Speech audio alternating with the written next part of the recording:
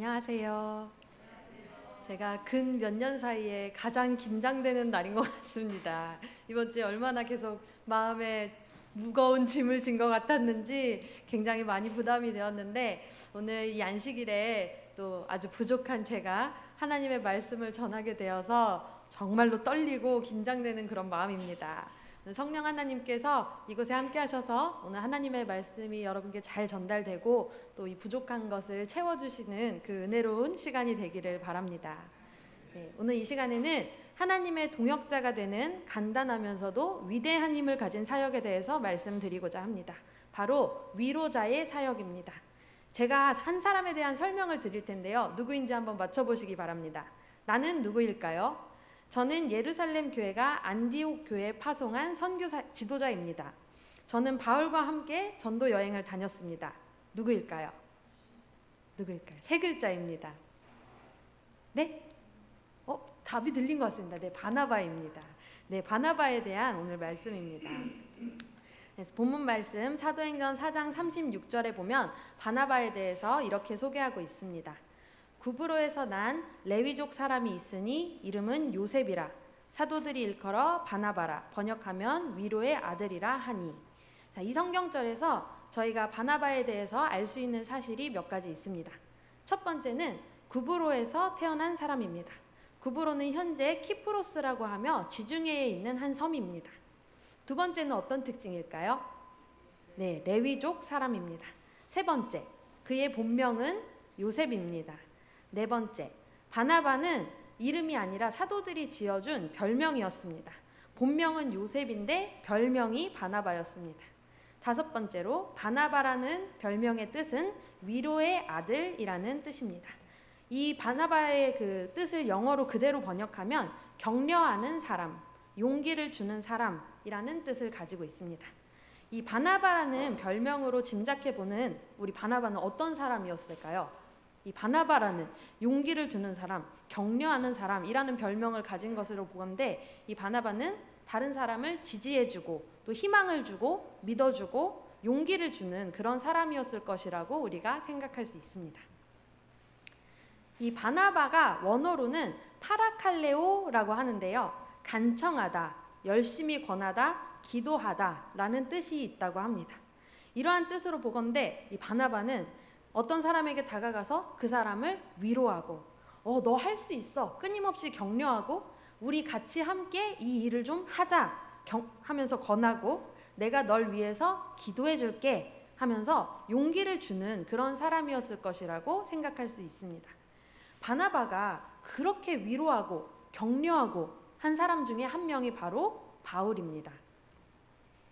네, 사도행전 11장 25절에서 6절 말씀입니다. 제가 읽겠습니다.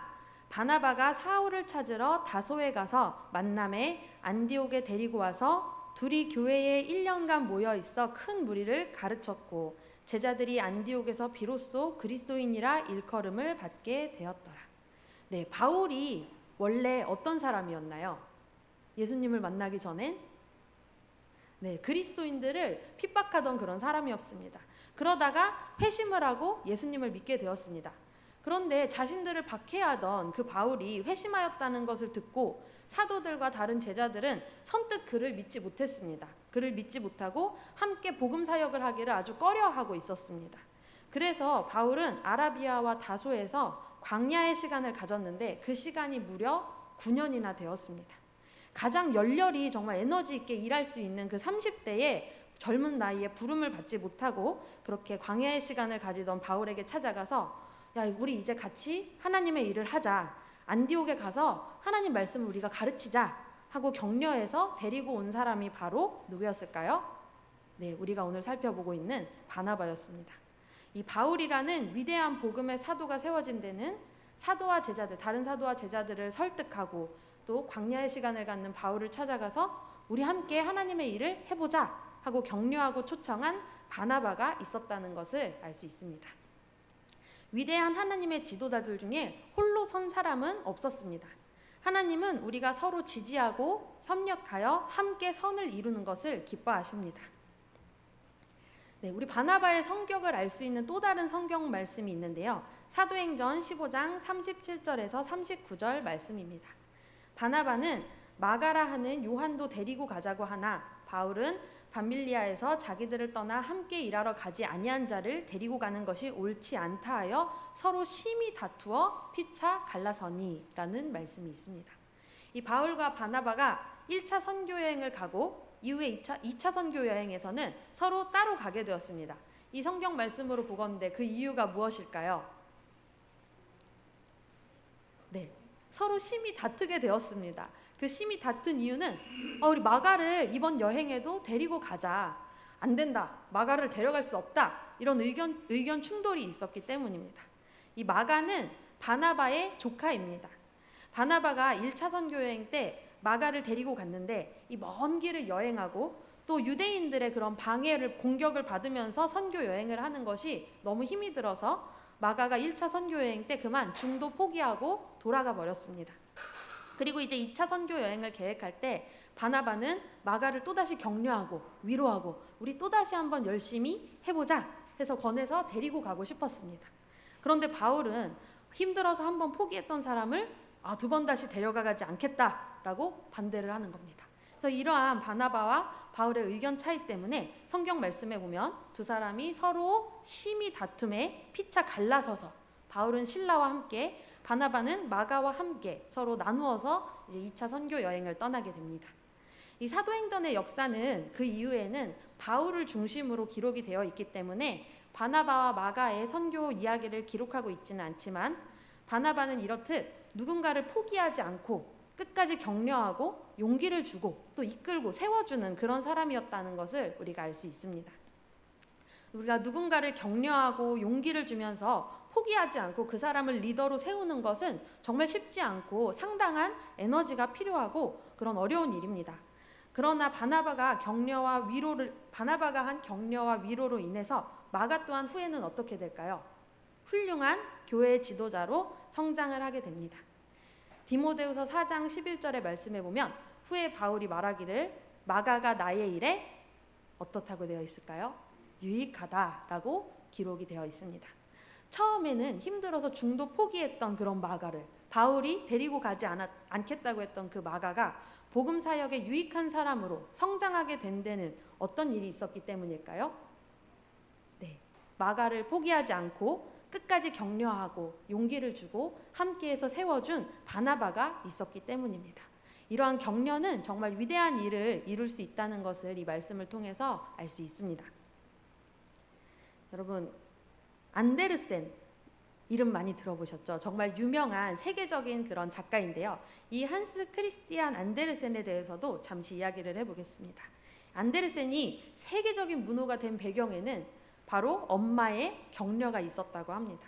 이 안데르센이 어릴 때부터 글쓰기를 아주 좋아했다고 해요. 그런데 신동처럼 어렸을 때부터 아주 훌륭한 글을 쓴 것은 아니었습니다. 이 글쓰기를 좋아하는 안데르센이 11살 되던 해에 처음으로 어떤 글을 써서 사람들에게 막 보여줬습니다. 막 글을 썼으니까 뿌듯하기도 하고 좀 칭찬도 받고 싶었을 것 같아요. 그런데 그때 어떤 아주머니가 그 글을 딱 보고는 어머 얘야 너는 이걸 글이라고 썼니? 이래가지고 작가가 될 수 있겠어? 이런 말을 했다고 합니다. 이 어린 안데르센의 마음이 어땠을까요? 굉장히 실망하고 또 마음의 상처를 받고 집에 돌아와서 어머니에게 엄마 내가 이 글을 썼는데 어떤 아주머니가 이걸 글이라고 썼냐고 그렇게 말을 했어요 하며 자기의 상처받은 그런 마음을 고백을 했습니다. 그때 안데르센의 어머니가 어떻게 했을까요? 아마 그 아주머니를 막 흉봤을까요? 그래 좀 더 고쳐보는 게 좋겠다. 다음엔 더 잘 쓰겠지. 그렇게 하지 않았습니다. 이 안데르센의 어머니는 아이를 꽃밭으로 데리고 가서 꽃밭을 보여주면서 말했습니다. 여기를 한번 보거라. 이제 막 돋아난 잎새들은 보잘것없어 보이지만 언젠가는 크게 자라서 예쁜 꽃을 피울 거야. 너도 마찬가지란다. 하고 아주 현명한 위로와 격려를 건넵니다. 이러한 어머니의 격려에 용기를 얻은 안데르센은 글쓰기를 포기하지 않고 결국 수많은 유명한 동화를 남기는 세계적인 작가로 성장을 하게 되었습니다. 복음 사역에서도 격려는 이렇게 위대한 일을 할 수 있습니다. 교회는 격려하는 사람들에 의해서 복음이 전파되어졌습니다. 니고데모는 처음에 예수님에 대한 소식을 들었을 때 관심을 가졌지만 산헤드린의 회원으로서 제사장들이 싫어하는 예수님을 찾아가서 질문을 하고 그 가르침을 듣기에는 조심스럽고 남들의 눈이 두려워서 밤중에 몰래 찾아가던 그런 사람이었습니다. 하지만 예수님의 십자가 사건을 경험한 이후에 그는 더 이상 다른 사람들의 눈을 조심하지도 않고 의심하지도 않고 확실하게 그리스도께로 노선을 정했습니다.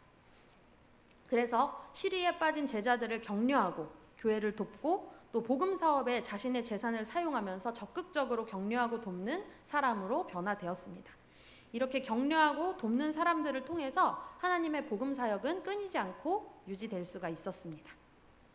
사도행적 214쪽에는 이러한 말씀이 있습니다. 칠흑같이 어둡고 황폐한 토굴 가운데서도 그들은 기도하는 말로 서로 격려하고 하나님께 찬양의 노래를 불렀다. 누구의 이야기일까요? 어떤 사람들의 이야기일까요? 네, 바울과 실라의 이야기입니다. 바울과 실라가 복음을 열심히 전하다가 억울한 누명을 쓰고 또 매에 맞고 캄캄한 감옥에 갇히게 되었습니다. 이렇게 어려운 일을 당했을 때 바울과 실라가 옥중에서 낙담하지 않고 하나님을 찬양한 것을 여러분들이 잘 알고 계실 것입니다. 그런데 이들이 옥중에서 하나님을 찬양한 것 외에도 또 한 가지 일을 하였는데 그것은 바로 서로 격려하는 일이었습니다. 야, 우리가 하나님의 일하다가 매를 맞고 또 옥에도 갇혔지만 그래도 내가 이렇게 하나님으로 인해서 하나님의 일로 인해서 고난 당할 수 있는 것 감사한 일이야. 우리 포기하지 말고 멈추지 말고 더 열심히 전도 여행을 하자. 우리 계속해서 하자. 이렇게 서로 이야기하며 격려하였습니다. 얼마나 아름다운 모습입니까?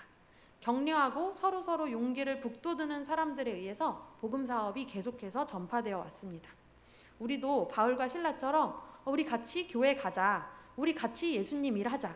우리 힘들지만 포기하지 말고 끝까지 힘내자. 이렇게 서로 격려하는 그런 사람들이 되기를 진심으로 소망합니다.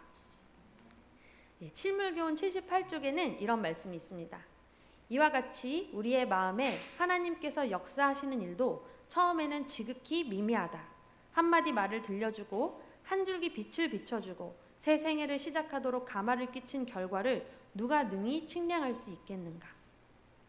전도는 한마디의 말로부터 시작된다고 합니다. 한 줄기의 빛과 같은 그런 따스하고 친절한 행동, 따뜻하고 친절한 그런 말로 우리는 이미 전도를 하고 있는 것입니다. 제가 또 한 사람 격려를 받아서 힘을 얻고 하나님의 사명, 위대한 사명을 감당한 그런 사람의 글을 읽어드릴 텐데요. 이 사람이 누군지도 한번 맞춰보시기 바랍니다. 네. 이 사람은 건강이 너무 좋지 못했기 때문에 끊임없이 고통을 겪고 있었고 외관상으로 보면 조금밖에 못 살 것 같았습니다. 또 17세에 정말 어린 그런 나이에 불과하였고 작고 허약했으며 사회성이 개발되지 않아서 자연적으로 소심하고 또 겁도 많았다라고 이렇게 기록된 사람입니다. 이 사람 누구일까요? 네, 다들 너무 잘 알고 계십니다. 바로 엘렌 G 화이트 여사입니다. 우리 하나님께 부르심을 받았을 때 엘렌 G 화이트 여사가 네, 알겠습니다. 하나님, 제가 감당하겠습니다. 하고 한 번에 그 부르심에 응답한 것이 아니었습니다. 17세에 부름을 받았던 엘렌 G 화이트이 건강이 아주 좋지 못했습니다. 내가 그 일을 할 수 있을까? 나는 아직 어려. 그리고 나 너무 소심해. 난 너무 부족한 것이 많아. 자신이 없어. 이런 마음을 가졌습니다. 더 기록된 내용을 보면 엘렌 G 화이트는 낯선 사람을 만나는 것이 나에게는 고통스러웠다. 나는 세상으로 나가는 일을 달갑게 여기지 않았고 세상의 조롱과 반대를 당하는 일을 두려워하였다. 나에게는 자신이 별로 없었다. 내 앞에 제시된 이 사업을 완수하는 것이 나에게 불가능한 것처럼 보였고 그 일을 시도하면 틀림없이 실패할 것처럼 느껴졌다. 거기에 수반되는 시련은 내가 견딜 수 있는 것 이상의 것으로 보였다. 나이에 있어서 어린아이에 불과한 내가 어떻게 이곳저곳 다니면서 사람들에게 거룩한 하나님의 진리를 설명할 수 있을 것인가. 나의 마음은 그 생각에서 오는 공포로 위축되었다. 나는 나에게 쇄도해 오는 책임에서 벗어나는 수단으로 죽음을 갈망하였다. 정말 얼마나 그런 절절한 마음인지가 느껴지는 글입니다. 우리가 정말 훌륭한 이 엘렌 G 화이트이 이렇게 연약한 모습이었을 것이라고 상상이 좀 되십니까? 저희에겐 참으로 훌륭한 선지자이고 또 수많은 분야의 그런 책들을 쓰고 하나님의 말씀을 선포한 그런 위대한 사람이지만 17살의 나이에 그 사명을 처음으로 받았을 때 엘렌 G 화이트는 어린아이에 불과한 내가 어떻게 그 일을 할 수 있을까? 두려웠고 할 수 없을 것 같았고 이 사명을 피해서 차라리 죽음을 원할 정도로, 죽음으로 도망치고 싶을 정도로 괴로워하였습니다. 하나님의 부르심에 순종하는 것이 정말 얼마나 처절한 몸부림이었는지를 우리가 느낄 수 있습니다. 여러분 17세의 자녀들을 키워보셨지요? 저는 아직 못 키워봤지만 17세의 자녀들을 키워보셨을 것입니다. 17세면 아직도 어린 아이죠. 어리고 미숙한 아이입니다. 군대를 간 청년들도 때때로는 아직 어린 아이인 것 같이 느껴지기도 합니다. 17세의 다니엘과 요셉은 위대한 하나님의 사람이었지만 우리가 또 17이라는 그 나이를 생각하면 한없이 어리게 느껴지는 미숙하고 어리고 연약한 그런 나이입니다. 이 17세의 어린 소녀가 그런데도 복음의 사명을 받아들이고 87세의 주 안에서 잠들기까지 70년간 복음 사역에 헌신하는 여성 리더가 되었습니다. 이것이 엘렌 G 화이트 홀로 한 일이 아니었습니다. 엘렌 G 화이트이 이렇게 하나님의 사명을 감당할 수 있었던 것은 주변에서 하나님을 바라보도록, 하나님을 의지하도록 격려하는 가족과 교인과 친구들이 있었기 때문에 가능한 일이었습니다. 기록된 말씀을 보면 집회는 나의 아버지 집에서 열렸다. 그러나 마음의 고통이 너무도 컸기 때문에 나는 얼마 동안 그 집회에 참석하지 않았다. 나의 심령의 고민이 더 이상 견딜 수 없을 것처럼 될 때까지 짐은 점점 더 무거워졌다. 당시에 엘렌 G 화이트의 집이 집회 장소였는데 자신의 집에서 열리는 집회에도 참석하지 않을 만큼, 도망갈 만큼 그녀는 이 사명으로부터 달아나고 싶었습니다. 이렇게 어린 엘렌 G 화이트이 주님께서 주신 사명을 감당하지 못할 것 같아서 힘들고 또 괴롭고 심지어 말씀 집회에도 참석하지 않았을 때에 이 교회가 연합하여 그녀를 위해 기도하기 시작했습니다. 교회가 엘렌 G 화이트를 위해 특별 기도회를 연 것입니다. 그리고 그녀를 격려하고 또 용기를 주었습니다. 마침내 나는 우리 집에서 열리는 한 집회에 참석하라는 권유를 받았다. 교회는 나의 특별한 상황을 기도의 주제로 삼았다.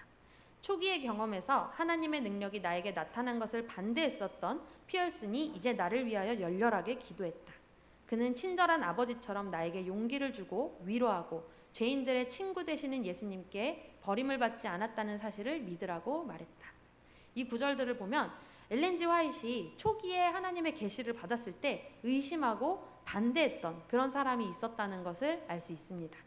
그런데 이렇게 반대했던 피어슨이라는 사람이 나중에는 친절한 아버지처럼 용기를 주고 격려하는 사람이 되었습니다.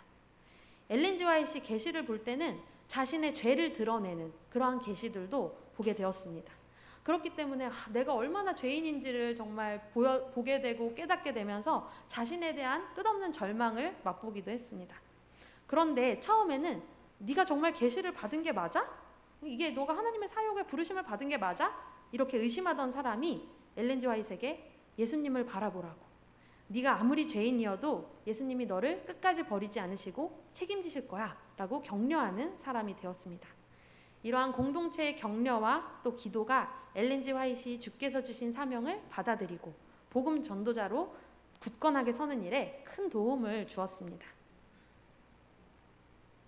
나는 스스로 어떤 특별한 노력을 할 수 없을 만큼 연약하고 절망적임을 느꼈다. 그러나 나의 마음은 친구들의 간구와 연합되었다. 나는 이제 세상의 반대에 별반 괴념치 않고 하나님의 은총이 나에게 다시 주어지기만 하면 온갖 희생을 즐겨 감내하기로 마음먹었다. 나를 위한 기도가 드려지고 있는 동안 나를 두르고 있던 빽빽한 흑암은 물러가고 갑자기 빛이 내게 비치었다. 절망과 두려움에 떨던 이 17살의 여자아이가 하나님의 사명을 감당하게 해달라고 교인들이 모여서 간구할 때에 엘렌 G 화이트이 용기를 얻었고 흑암이 물러가고 빛이 비치었다라는 말씀입니다. 스스로 기도할 수 없던 엘렌 G 화이트이 죽기를 갈망하고 정말 감당할 수 없을 것 같아서 숨었던 그 엘렌 G 화이트이 공동체의 기도와 격려로 이제는 어떻게 고백하고 있습니까? 세상이 내게 어떠하든지 나는 이제 상관하지 않는다. 하나님을 위해 온갖 희생을 감내하겠다라는 마음의 용기가 생기기 시작했습니다. 엘렌 G 화이트이 복음의 사명을 감당하기 두려워한 이유 중에 하나는 당시 하나님의 선지자라고 한 사람들이 추후에 타락하는 그런 모습들을 보면서 자신 또한 복음 사역을 하다가 타락하는, 교만해지는 그런 모습을 보이지 않을까 하는 두려움도 마음속에 있었다고 합니다. 그런데 성도들의 기도가 시작되었을 때 엘렌 지 화이트도 용기를 얻고 자신의 염려와 이런 두려움들을 내려놓고 하나님께 나아가서 기도하기 시작했습니다. 나는 이제 내가 가서 주님께서 보여주신 것을 말해야 한다면 부당한 교만에서 나를 지켜달라고 간구했다. 지금까지 엘렌 지 화이트는 이 사명을 감당하고 또 하나님께 기도할 힘조차 없었습니다. 그런데 이제는 본인의 걱정과 염려를 하나님께 기도로 아뢰고 또 하나님의 위로하심과 격려를 받으며 용기를 얻게 되었습니다. 그리고는 마침내 이렇게 마음을 먹게 됩니다. 나는 자신을 주님께 바쳐서 하나님께서 어떤 것을 명하시든지 따르기로 했다. 라는 위대한 결심을 하게 됩니다.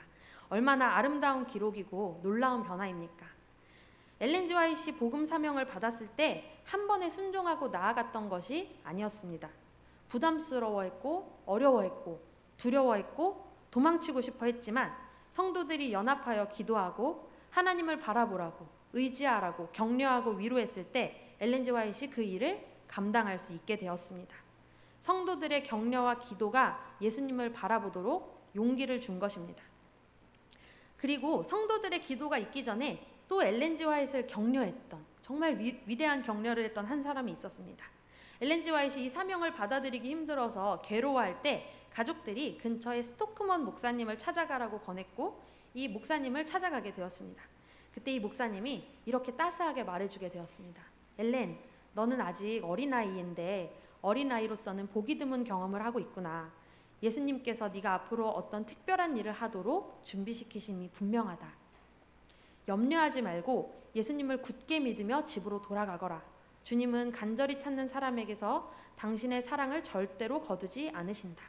그리고 그는 나를 위하여 간절히 기도했는데 나의 마음은 매우 가벼워졌으며 의심과 공포로 인한 견디기 힘든 속박감은 내가 이 이스라엘 교사의 현명하고 친절한 권면을 듣는 동안 떠나가 버렸다.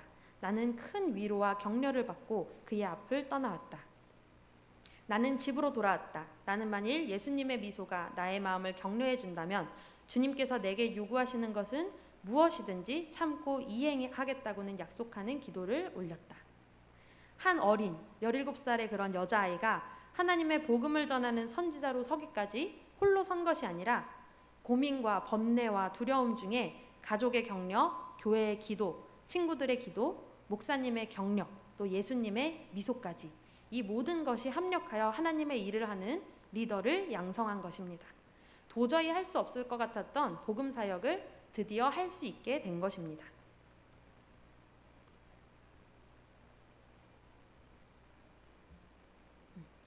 아나톨 프란스라는 사람은 이런 말을 했습니다.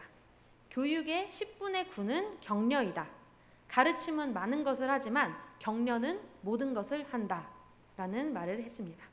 우리가 누군가에게 이렇게 가르침을 줄 수 있습니다. 이거는 이렇게 하는 거야. 한번 이렇게 해봐. 하고 가르침을 줄 수 있습니다. 그렇게 가르쳐 주는 것도 많은 일을 해낼 수 있지만 격려는 더욱 큰 일을 합니다. 이건 이렇게 하는 건데 너는 할 수 있어. 내가 옆에서 도와줄게. 하나님 바라보고 용기를 내자.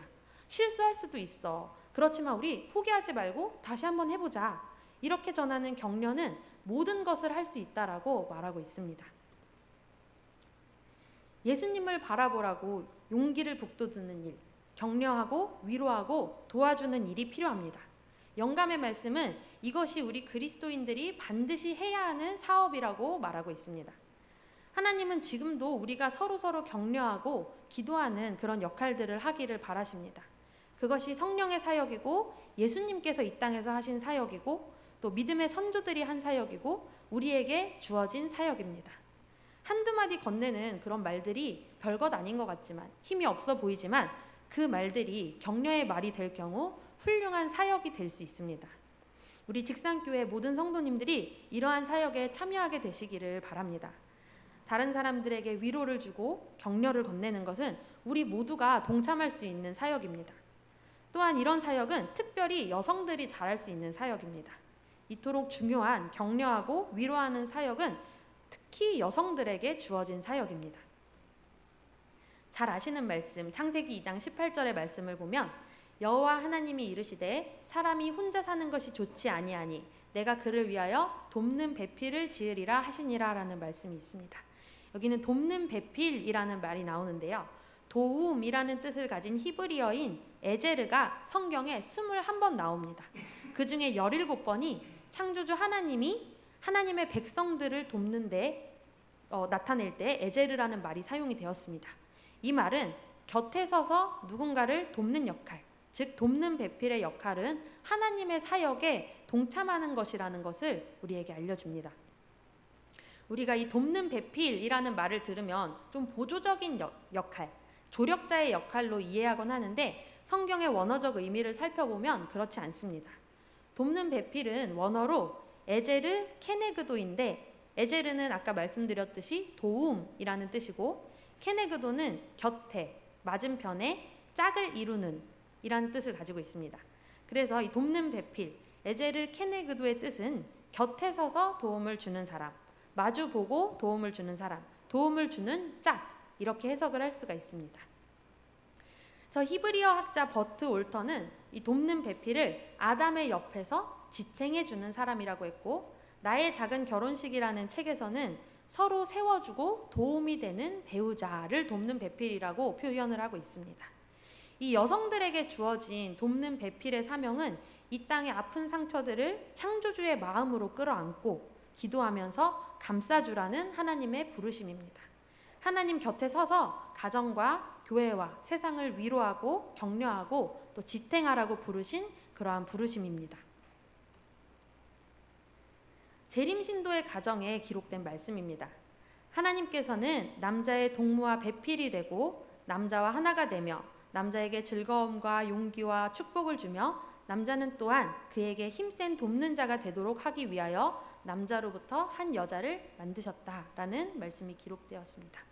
즐거움과 용기와 축복을 주는 것이 돕는 배필의 역할입니다. 그러므로 용기를 주고 격려하고 기도해주며 한 사람의 삶을 지탱하고 세워주고 또 도움을 주는 그런 역할은 태초부터 하나님께서 여성들에게 주신 그러한 사역입니다. 우리는 한마디 따뜻한 말을 할 수 있고 또 웃어줄 수 있고 격려할 수 있습니다. 맛있는 음식을 만들어서 나눌 수도 있고 같이 마음 아픈 일에 눈물을 흘려줄 수도 있습니다. 옆에 있는 누군가를 또 아무 말도 하지 않고 교회 구석에 앉아있는 누군가를 위로하고 도움을 주는 것이 바로 그리스도의 사업입니다. 그렇게 사도 바울에게 유익한 동역자였던 마가가 그리고 엘렌 G 화이트라는 여성 리더가 세워질 수 있었습니다. 우리가 잘 아는 헬렌 켈러 많이 아시죠? 이 헬렌 켈러는 보지도 듣지도 말하지도 못하는 삼중고의 인생을 살았습니다. 그런데 이 여인이 생을 마감할 때 남긴 말이 정말로 놀랍습니다. 어떤 말을 남겼냐면 참으로 나의 생은 너무나도 아름다웠다 라는 말을 남겼습니다. 내가 만약에 이런 보지 못하고 듣지 못하고 말하지 못하는 그런 신체를 가지고 태어났다면 내 삶을 이렇게 평가할 수 있을까? 저는 그런 생각이 많이 들었어요. 어떻게 이런 삶이 가능했을까요? 헬렌 켈러가 이렇게 아름다운 삶이라고 자신의 삶을 평가할 수 있었던 이유는 무엇일까요? 그렇죠. 선생님을 잘 만나서라고 방금 얘기해 주셨는데 맞습니다. 이 헬렌 켈러를 가르쳤던 앤 설리반 선생님이 있었기 때문입니다. 이 앤 설리반 선생님이 항상 헬렌 켈러에게 이런 말을 해주었습니다. 사람의 삶의 조건은 그 어떤 것이라도 그 사람을 결코 패배시킬 수가 없단다. 하나님은 어떠한 환경도 끊을 수 없는 사랑으로 너를 사랑하고 계시고 너도 얼마든지 삶의 환경을 극복하고 행복한 삶을 살 수가 있어 라는 격려의 말을 매일 해주었다고 합니다. 설리반 선생님은 또 네가 보지도 듣지도 말하지도 못하지만 분명한 건 하나님이 너를 사랑하신다는 거야. 하나님이 너를 사랑하신다면 내 삶이 어떠하든지 문제가 되지 않아. 너는 행복하게 살 수 있어 라고 끊임없이 격려하였습니다.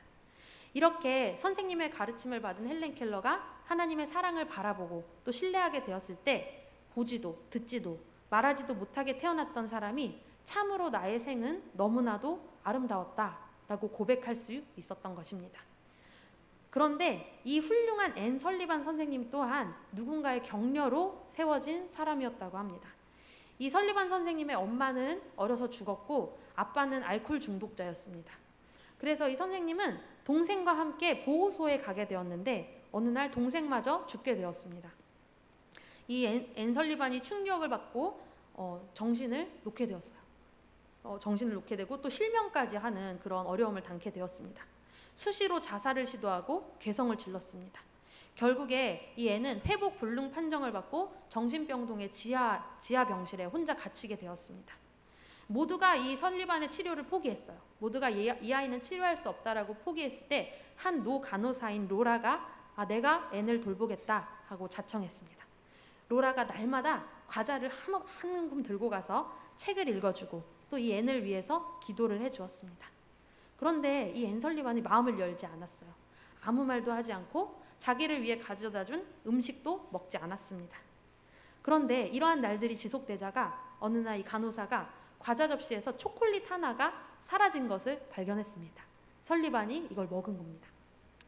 이걸 보고 용기를 얻은 이 간호사는 포기하지 않고 계속해서 앤 설리반을 찾아가서 책을 읽어주고 기도해주고 또 위로하고 격려해주는 그런 일들을 하게 되었습니다. 그렇게 2년의 시간이 흘렀을 때 마침내 설리반은 차츰차츰 회복이 되어서 정상 판정을 받게 되었습니다. 그 후에 시각장애아 학교에 입학을 하고 학교에서는 무려 최우등생으로 졸업을 하게 되었습니다. 또 한 신문사의 도움으로 개안 수술에 성공을 해서 또 앞을 볼 수 있게 되었습니다. 수술을 받고 나서 신문 기사를 보다가 어느 날 이런 기사를 발견했습니다. 보지도 못하고 듣지도 못하고 말하지도 못하는 아이를 돌볼 사람을 구합니다. 라는 신문의 광고를 보게 되었습니다. 이 애는 자신이 받은 격려와 사랑을 그 아이에게 돌려주기로 결심을 했습니다. 그런데 사람들은 모두 말렸어요. 야, 그 보지도 듣지도 말하지도 못하는 아이를 무슨 방법으로 가르치겠니? 안 돼. 하고 말렸지만 애는 확신에 가득 차서 말했습니다.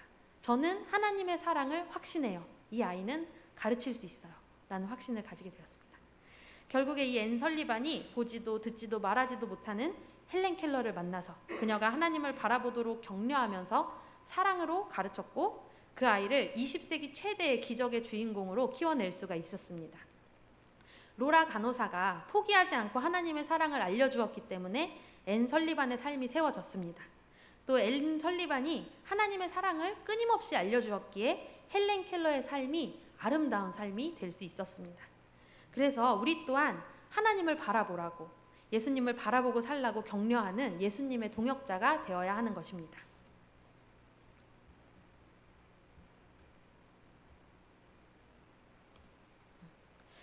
이렇게 우리가 주변 사람들을 격려를 해야 하는데 어떤 말로 그들을 격려해야 할까요? 우리 영감의 말씀에는 이렇게 말하고 있습니다. 예수님을 바라보라고, 예수님을 바라보고 살으라고, 예수님을 믿자고 그렇게 격려해야 합니다. 바울이 세워질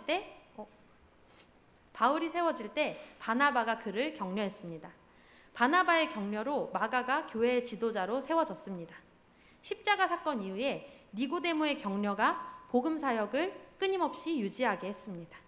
로라 간호사의 격려는 앤 설리반을 통해 헬렌 켈러에게까지 이르러서 하나님의 사랑을 바라보며 살다가 마침내 나의 생은 참으로 아름다웠다라는 고백을 하게 만들었습니다. 스토크먼 목사님과 교회 공동체의 기도와 격려로 17살의 어린 정말 연약했던 그 엘렌 G 화이트이 예수님을 의지하여 서서 70년간 복음 사역자로 헌신하게 만들었습니다. 이것이 하나님의 사역이고 예수님의 사역이고 성령님의 사역이며 하나님이 여성들을 향해 나의 일에 함께하자고 부르신 돕는 배필로서의 사역입니다. 바나바가 바울과 마가를 복음 사역에 유익한 지도자로 세운 위로자의 사명입니다. 기도해주고 용기를 주고 예수님의 이야기를 전해주는 사역. 우리 모두가 그러한 예수님의 사업에 동참하게 되기를 바랍니다. 우리의 가정에서, 직장에서, 또 교회에서, 세상에서 위로자로, 격려자로 굳게 서게 되시기를 바라면서 말씀을 마치겠습니다. 마치는 찬미 310장